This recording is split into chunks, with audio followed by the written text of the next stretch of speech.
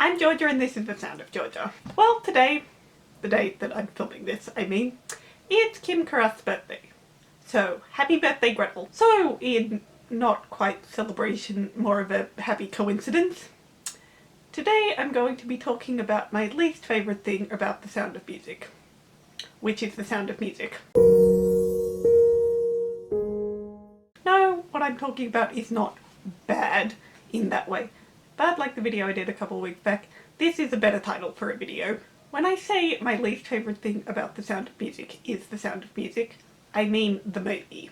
Well, I guess I really mean the musical, because I like the movie more than I like the musical, but you get the idea. See, The Sound of Music is my favourite thing in the world. Not just my favourite movie, though it is that, but my favourite thing in the world, period. And because of that, to me, it is so much more than a movie. Blame fanfiction.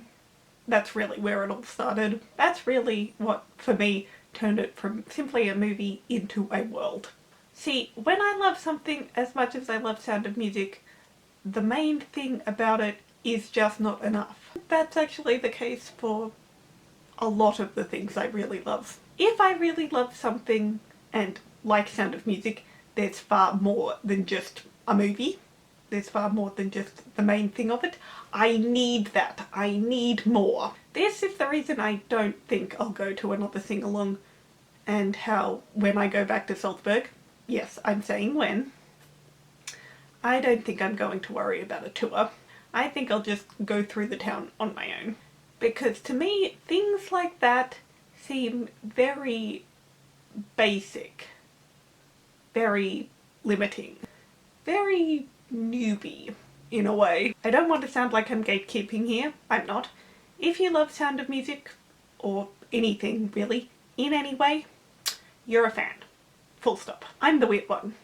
Because for me, 3 hours just isn't enough. I need to know all the background info and the behind the scenes stories. And sometimes that's not even enough. I want to know what happened before the movie started.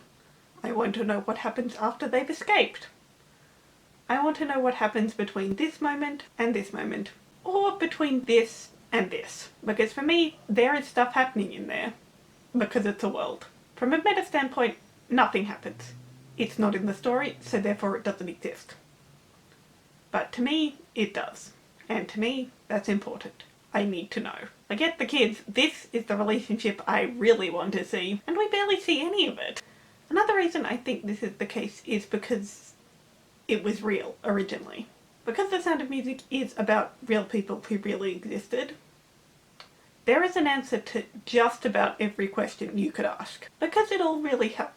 With the exception of Star Wars and maybe Harry Potter, you can't get that with fictional worlds. And yet George still hasn't revealed the name of Yoda's species, even though everything else in the world has a full-on explanation, and J.K. Rowling's problematic. My feelings towards Harry Potter right now are rather complicated.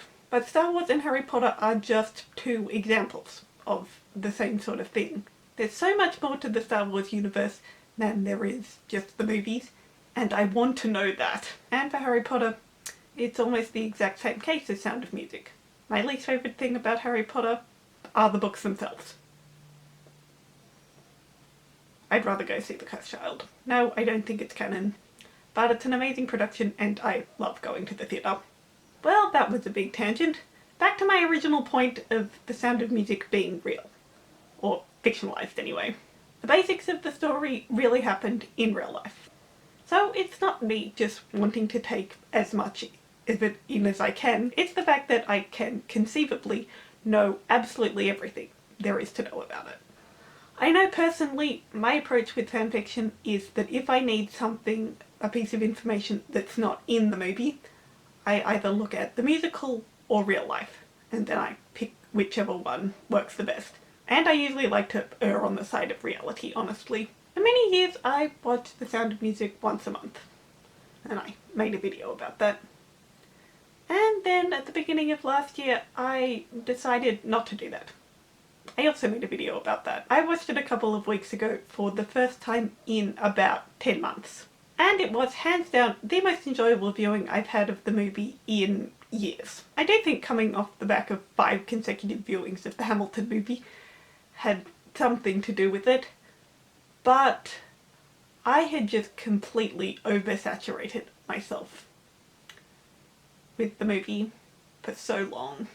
I'm not going to let that happen with Hamilton, but my point is I can go months without watching the movie, and that's okay. I can still consume Sound of Music a billion other ways other than the movie. I don't feel like I'm in a Sound of Music withdrawal when I'm not watching the movie.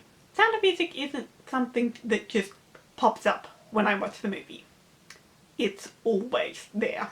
And it's always there in a more significant way than just, it's something I really like. I literally have it branded onto my leg. I think I've mentioned this in other videos, but for my final paper of university, I compared all the adaptations of the Von Trapp story. And to me, they're all as important as Sound of Music, in a sense. Yes, this is the nucleus of my Sound of Music world, but parts of every other version find their way in. The Sound of Music is the reason that Rebecca and Jane Eyre are my 2 favourite classic books ever. And my favourite romance novel has a not all that different premise. And yes, I mean romance. It's a Mills and Boon novel. But it was nothing I hadn't read before, because, you know, Sound of Music fanfiction.